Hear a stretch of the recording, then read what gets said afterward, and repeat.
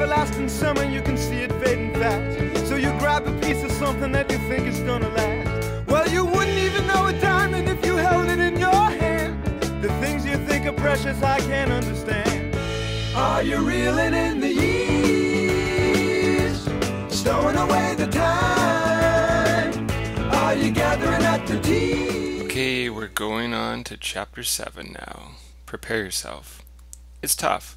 Now, it's kind of like we've done the whole course. We've learned everything we need to know in a sense. What we're going to do now is we're going to go back and do the whole course again, but we're going to do it using trigonometric functions. And then we're going to go back and do the whole course again, but we're going to use logarithmic functions and exponential functions. So you kind of almost know everything you need to know in the course. The only thing is now we're going to do it much more difficult because we're going to use some more difficult functions.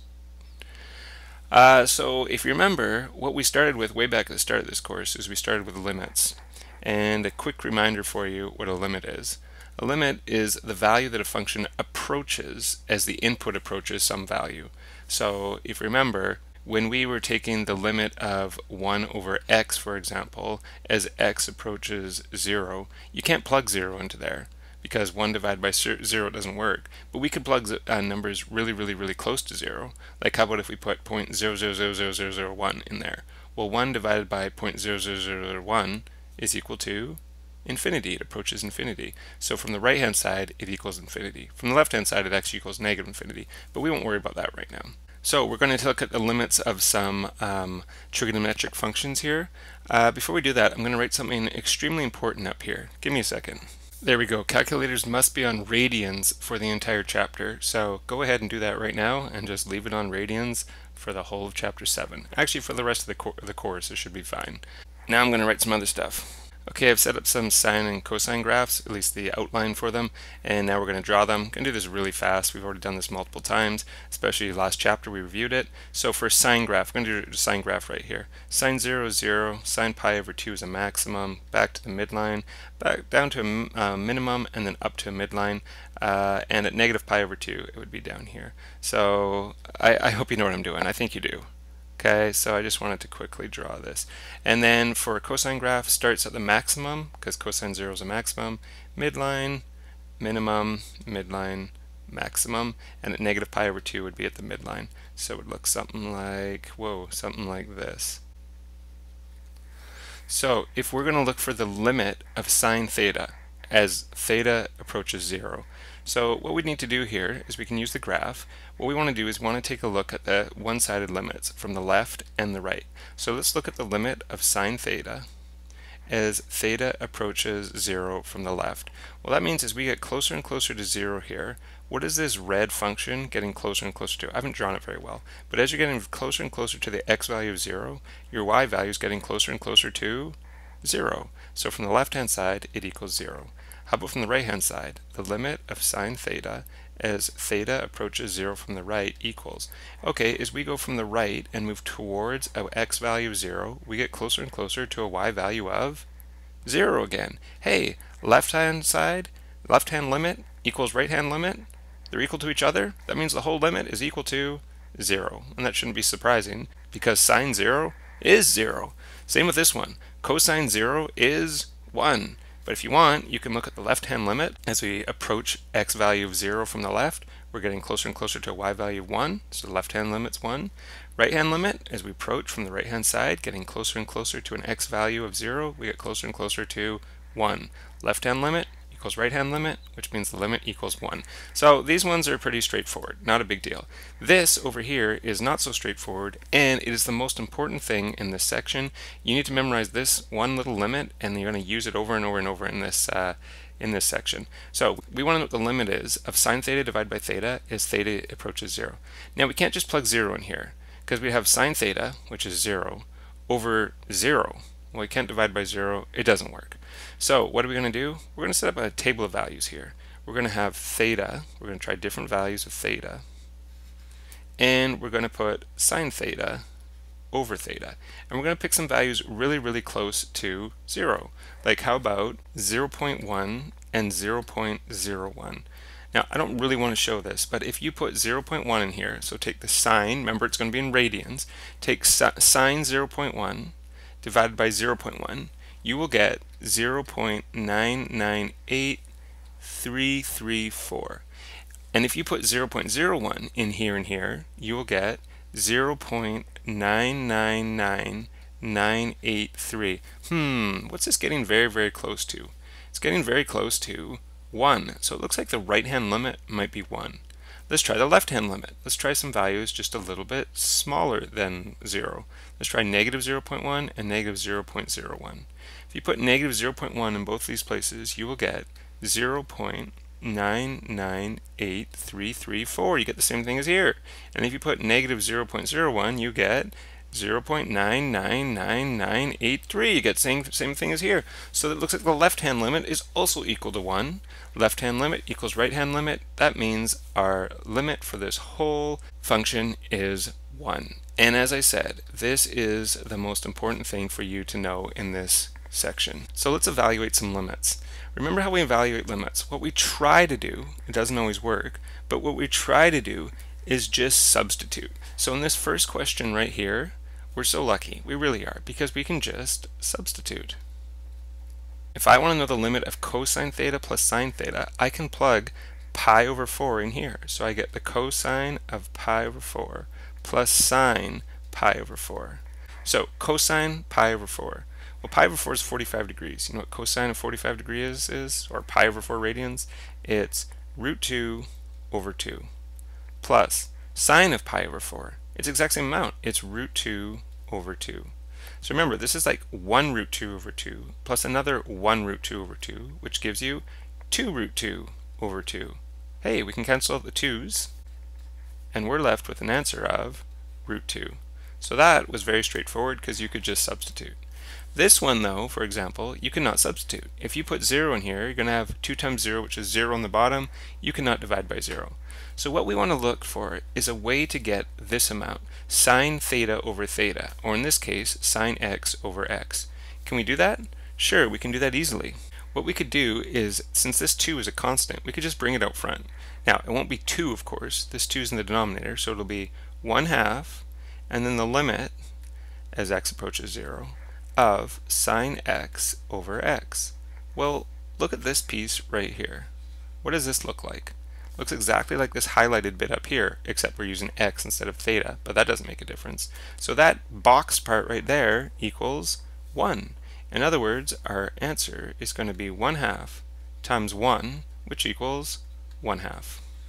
Okay, here's another one. Again, we want to get sine x over x, or in this case, the argument is 7x. So we can't factor out the 7 here. You see the difference? Here the 2, this wasn't part of an argument like sine 2x. If it was sine 2x, you couldn't have taken the 2 out. So we can't take that 7 out. So what this means, since we have sine 7x on the top, what do we want to have on the bottom so it matches this identity right here? We want to have 7x on the bottom, because 7 sine x over 7x would be 1 as x approaches 0. So can we do that? Sure, we can do that. Let's rewrite this as the limit as x approaches 0 of sine 7x over x. But now what I'm going to do is I'm going to multiply the bottom by 7, and that'll be perfect. But come on, you hopefully are saying to yourself, you can't just throw a 7 in there. Well, you're right, I can't throw a 7 on the bottom unless I also put a 7 on the top. So let's do that. Let's put a 7 on the top. Now that 7 that I just placed right here, that's a constant, right? That's not an argument it's not part of the sine or cosine. So I could just move this out front even.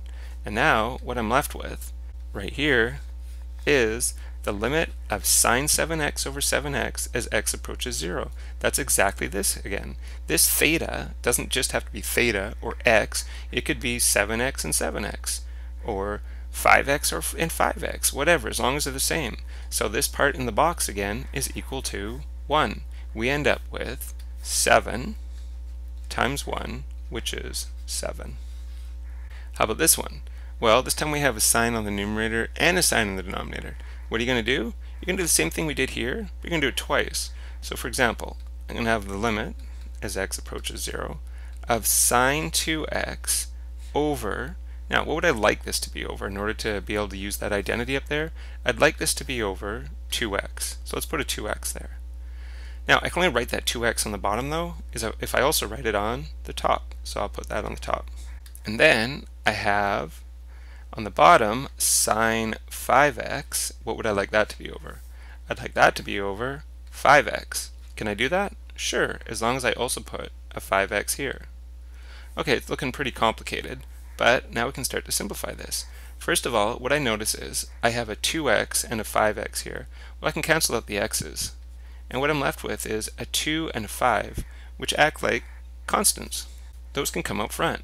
So I have 2/5,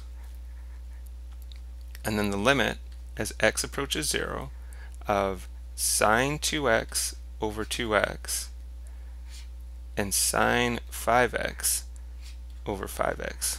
How much is this going to equal right here when you take the limit of that as x approaches 0? 1. That's that identity right up here again. And how much is this bottom part going to be as x approaches 0? It's going to be 1 again. So what you end up with is 2/5, the constant that's out front, times 1 over 1, which equals 2/5. Maybe what I should have done, if this confused you here, remember that when you do the limit of this piece divided by this piece, that's the same as the limit of sine 2x over 2x divided by the limit of sine 5x over 5x. That was one of the properties of limits that we learned right at the start of this course. So hopefully that helps you understand why we would end up with all this equaling 1 and all this equaling 1, just like I showed here. So I'm sorry if I didn't do a great job with that. Okay, the backside. Now this doesn't look promising at all because we don't even have any signs in this. But any ideas what you could do to the top in order to make some signs show up? A little bit complicated. It's kind of like when you're dealing with identities. What would you probably do if you had an identity cos theta minus 1? You might multiply it by the conjugate. Let's multiply this by cos theta plus 1. What we do the top, you got to do the bottom. So what we end up with is the limit as theta approaches 0 of cosine times cosine is cosine squared theta. Cosine theta times 1 is cosine. Negative 1 times cosine is negative cosine, so those canceled out. And then we just have negative 1 times 1, which is negative 1. And on the bottom, we'll just leave it in this form, theta and cos theta plus 1. What was the point of that? The point of that was there's some identities you need to be familiar with, and one of them is sine squared theta plus cosine squared theta equals 1. I will give those to you, but you need to at least be able to recognize that this is what's happening right here. Look, cosine squared theta minus 1, I can get that. I can do that by doing cosine squared theta minus 1 equals, I got to bring the sine squared theta over. So I'm going to get negative sine squared theta. So in this top part, I can rewrite it. I can say the limit as theta approaches 0 of negative sine squared theta over theta times cosine theta plus 1. This is getting closer to what we want here. Do you see that we have two sines on the top and we have this one theta down here? So any ideas what you could do? You could write this as negative. Well, that's just a constant. Why don't we just bring that out front? I'll do it in red just so we don't lose it there. Okay, that's our negative. So then we have two sines. I'm going to write one sine theta, and I'm going to write another sine theta, because that's what sine squared theta means, right? Now, why am I doing that? Because I'll put one of those sine thetas over this bit, the theta, and I'll put the other sine theta over the other bit, the cosine theta plus 1. Good news here, how much does this equal right here, this sine theta over theta? That equals 1. Great. So now what we can do is actually evaluate the limit. We have this negative sign. We have all this box part which equals 1. What are we going to do here? We're going to actually substitute into it. We can do that now. So what we'd have as theta approaches 0, we would have sine 0 over cosine 0 plus 1. So we have negative 1. I don't put the 1, but I have negative sine 0. Well, sine of 0 is 0. Sure hope the denominator doesn't equal 0. Cosine theta is 1 plus another 1. So I get negative 0 over 2, which is the same as 0. We found the limit. The limit of this function up here is 0. Okay, the next one's pretty similar. If you look, it's almost easier because you're partway through it already. Cosine squared x minus 1. That's exactly what we have here. Cosine squared x minus 1. So we know this top part equals negative sine squared x. So equals the limit as x approaches 0 of negative sine squared x over x squared. Okay, we're going to do something very similar to what we did before. First of all, let's take that negative sign and move it out front. It's a constant, it's -1. So I have negative, and then the limit as x approaches 0 of, I've got two signs, so let's write them out separately. Sine x and another sine x. I also have two x's. Let's write them separately. X and x. Of course, we're multiplying this. Hey, this is awesome news. How come? Sine x over x as x approaches 0 in this limit is equal to 1. Sine x over x as x approaches 0 in this limit is 1. So our final answer will be -1 times another 1, which equals -1. Final question, looking pretty complicated here. Just like when we do identities, it's good to switch things into sine and cosines. And obviously the magic one's sines, because that's where you get that identity showing up that we talked about over and over in this lesson. So I don't like this tan. Let's change that. So we'll have the limit as x approaches 0 of sine x over cos x minus sine x. This is all over x cosine x. Now, what do you usually do when you do an identities and you end up with something like this? You get common denominators. So let's put this over 1, and let's get a common denominator of this top bit. So the common denominator would be cosine x. So on the top, we have cosine x as our denominator. This one's fine, sine x. But this one we have to multiply by cos x, top and bottom. So we'd end up with minus sine x cos x. And on the bottom, we'll just keep that x cosine x. Any idea what we'll do next? Well, look up here. We can take out a greatest common factor of sine x. So we have the limit as x approaches 0. Take out a sine x. What are you left with? 1, sine x times 1 is sine x, minus cosine x. Sine x times cos x is sine x cos x. This is all divided by cos x. And then we're going to divide that. So this is the next division. We're going to divide that. But might as well, instead of dividing here, let's multiply, because we got complex fractions. And usually what we're going to do, almost always, is you're going to end up dividing those complex fractions. So we're going to multiply by the reciprocal of this. Well, what's the denominator of x cosine x? 1. So that'll now be on top, and what'll be on the bottom is x cosine x. Boy, what a mess. This really doesn't look that promising until you see the following. The limit as x approaches 0 of sine x, what would we love the denominator to be here? X.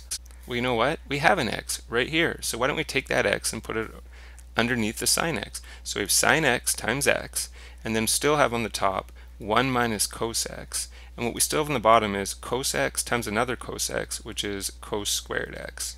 So the reason this is good is because this amount right here is equal to 1. So we get 1 times, what are we going to do the rest of this? Substitute.